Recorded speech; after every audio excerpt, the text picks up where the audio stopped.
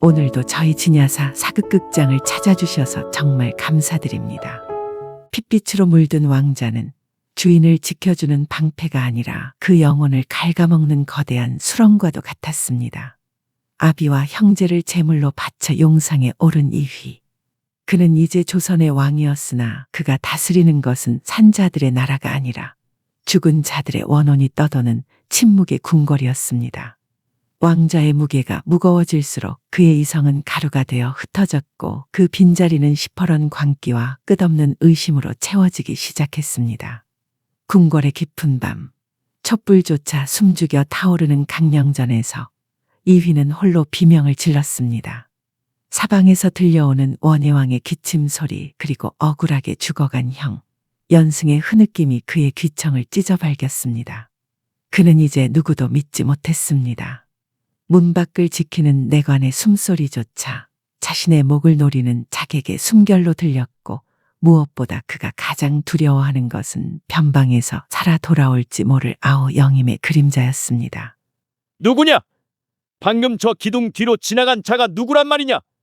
아바마마이십니까? 아니면 연승 형님이십니까? 죽은 자들은 말이 없어야 하거늘 어찌하여 밤마다 내 침전까지 찾아와 내 이름을 부르는 것이냔 말입니다. 전하, 진정하시옵소서. 방 안에는 소인과 전하뿐이옵니다. 그저 바람에 문풍지가 떨리는 소리일 뿐이온데 어찌 이리 노심초사하시나이까? 밤이 깊었사오니 부디 옥체를 보살피시어 잠자리에 드심이. 잠이라니 내 놈이 나를 잠들게 하여 영임 그놈에게 내 목을 내주려 하는구나. 유배지로 보낸 자객들은 왜 소식이 없는 것이냐? 놈의 목을 가져오라 한 지가 언제인데 어찌하여 단 한 놈도 돌아오지 않는단 말이냐? 영임, 그놈이 살아있다. 분명 살아있어. 이 어둠 속 어디에선가 나를 비웃으며 다가오고 있단 말이다. 이휘의 칼끝은 이제 충신들을 향했습니다. 광기에 젖은 왕의 눈에는 정직한 간원조차 자신을 끌어내리려는 영모의 서막으로 보였습니다. 아비와 형을 따르던 충직한 신하들이 왕의 안위를 걱정하며 올린 상소문은 피비린내 나는 숙청의 명분이 되었습니다. 이휘는 이제 사람의 말보다 무당의 방울소리에 귀를 기울였고 정승의 지혜보다 술사의 괴에 목숨을 걸었습니다. 궁궐에는 이제 향냄새와 무당의 기괴한 노랫소리가 끊이지 않았습니다. 탐관오리들은 왕의 광기를 이용해 제 배를 채웠고 간신들은 왕의 의심의 기름을 부으며 충신들을 사지로 몰았습니다. 나라의 기강은 무너졌고 백성들의 고혈은 무당의 구판과 이휘의 호사스러운 연회 속으로 사라졌습니다. 구판을 벌려라. 아바마마와 형님들의 원혼이 내 눈앞에 나타나지 못하도록 더 크게 구판을 벌이란 말이다. 국무당은 어디 있느냐? 내 오늘 밤에도 헛것을 본다면 내년에 목부터 칠 것이니 하늘의 신령을 불러서라도 내 앞을 가로막는 저 망령들을 쫓아내라. 이휘가 광기의 성벽 안에 스스로를 가둔 사이 영임은 다시 도성으로 돌아왔습니다. 척박한 변방의 유배지에서 사랑하는 경아를 잃고 복수의 화신이 된 그는 이제 자애로운 왕자가 아니었습니다. 그는 저작거리의 어둠 속에 몸을 숨긴 채 과거 자신이 베풀었던 은혜를 기억하는 민초들을 하나 둘씩 규합하기 시작했습니다. 시장바닥의 짐꾼들, 소외된 노비들 그리고 이휘의 폭정의 가족을 잃은 백성들이 영임의 곁으로 모여들었습니다. 영임은 폭군의 가혹한 세금에 자식까지 노비로 팔게 된 늙은 짐꾼의 손을 맞잡았습니다. 마마, 어찌 저 같은 천한 것에 손을 잡으십니까? 자식까지 팔아먹은 저같이 못난 놈은 이미 죽은 목숨이나 다름없사옵니다. 살아야 하오. 그대의 눈물은 이 나라의 근간을 적시는 피눈물이요. 내 반드시 그대들이 다시 자식을 품고 웃을 수 있는 세상을 되찾아줄 것이니 부디 나를 믿고 조금만 더 견뎌주시오.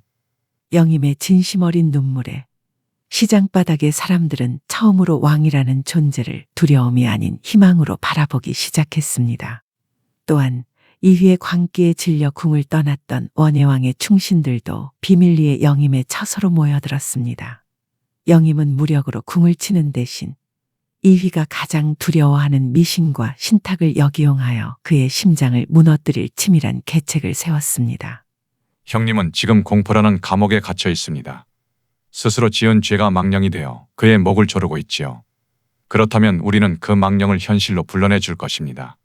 하늘이 왕을 버렸다는 소문이 백성의 입을 타고 마침내 왕의 눈앞에 신탁으로 나타날 때 형님의 가짜 왕국은 스스로 붕괴할 것입니다. 이것은 피 흘리는 전쟁이 아니라 진실이 거짓을 심판하는 과정이 될 것입니다. 영임은 지략을 발휘했습니다. 그는 백성들을 시켜 도성 곳곳에 나뭇잎의 비밀스러운 작업을 시작했습니다. 깊은 밤 궁궐 뒷산, 영임의 결사대원들이 숨을 죽인 채 나무 위로 몸을 날렸습니다. 조심하게. 금군의 순찰대가 지나간다. 횃불 소리가 가까워지자 대원들은 나무 뒤로 몸을 숨겼습니다. 심장 소리가 마치 귓가를 때릴 듯 크게 뛰었습니다. 순찰대가 지나가자마자 그들은 다시 붓을 들었습니다. 꿀이 적셔진 붓끝이 잎사귀마다 정성껏 글자를 새겨 넣었습니다. 폭군사, 폭군은 죽고 진앙기, 진정한 왕이 돌아온다는 뜻이었습니다. 땀방울이 꿀과 섞여 잎사귀 위로 떨어졌고 그것은 곧 조선을 뒤흔들 신탁의 씨앗이 되었습니다. 꿀의 달콤함에 이끌린 벌레들이 그 글귀를 따라 나뭇잎을 갉아먹었고 며칠이 지난 날 아침 도성 사람들은 경악을 금치 못했습니다. 벌레가 파먹어 만들어진 그 선명한 글자들은 마치 하늘이 직접 내린 신탁처럼 보였습니다. 이제 폭군이 죽고 진짜 왕이 돌아온다는 신령한 징조가 온 나라를 뒤흔들기 시작했습니다. 보게, 이 나뭇잎을 보게나. 벌레가 파먹었는데 어찌 이리 글자가 선명하단 말인가? 폭군사라니 이건 하늘이 내린 뜻이 아니면 무엇이겠나? 지금의 임금이 아비와 형제들을 죽이고 자리에 올랐으니 하늘이 노하신 게지. 쉿, 목소리를 낮추게. 하지만 나만 본 게 아니네. 뒷산 우물과 버드나무 잎에도 진앙귀라는 글자가 새겨져 있었다더군.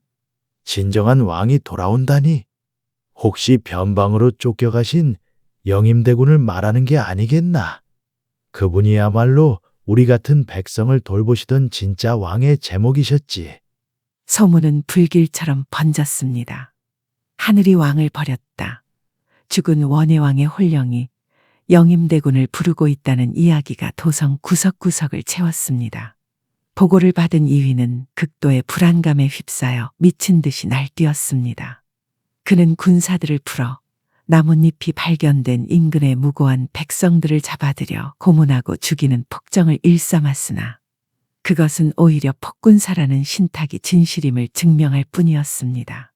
이제 이휘의 곁에는 그의 광기에 아부하며 재물을 탐하는 탐관오리들과 왕의 귀를 멀게 하는 무당들만 남았습니다. 평생을 왕실에 헌신했던 노신들은 목숨을 걸고 간언하다 죽임을 당하거나 스스로 관직을 버리고 떠났습니다. 다 죽여라. 저 나뭇잎을 본 놈들, 저 해괴한 소문을 퍼뜨리는 놈들 하나도 남기지 말고 목을 쳐라.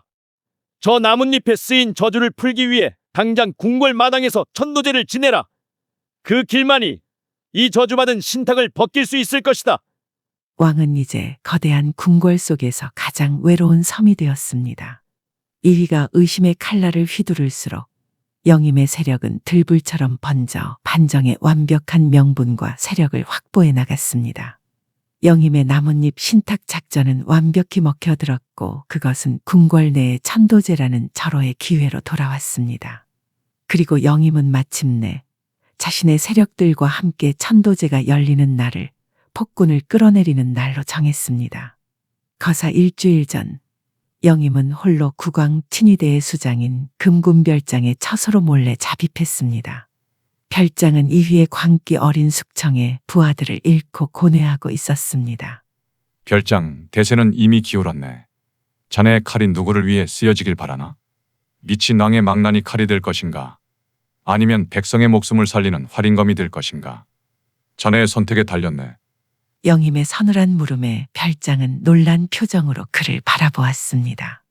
이 별장은 대군 시절 이휘를 보필하며 영임을 감시하던 무장이었습니다.